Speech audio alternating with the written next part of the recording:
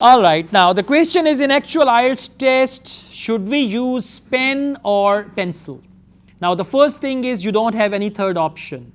Highlighters are not allowed in IELTS test. You know, highlighting points and all that. It's a good idea to use your pencil. Well, sometimes you got to use pen also, especially when you're writing your names down on answer sheets. Right? But on listening answer sheet and reading answer sheet, you must use your pencil. There is some coloring thing as well, so you should use pencil for that. Even you can do your writing task using the pencil, right? So if you are comfortable with pencil, then don't use a pencil that is not dark. Like last week, one student took his mock test here and he used a pencil that was very, very light. I mean, it was very difficult for me to read. Now, just imagine if that thing is scanned, it will not be readable.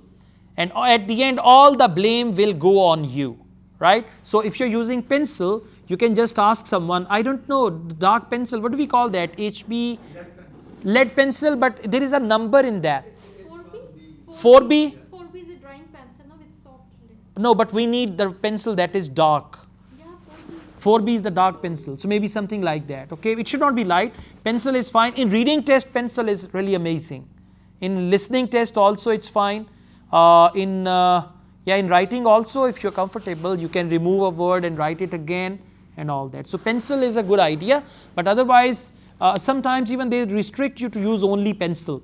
So you should have pencil and pen with you. 2 pencils, 2 pen. It's not that they start the exam and you are actually saying, okay, you need to get your weapons ready before the war. Okay? Yeah, all right. Thank you.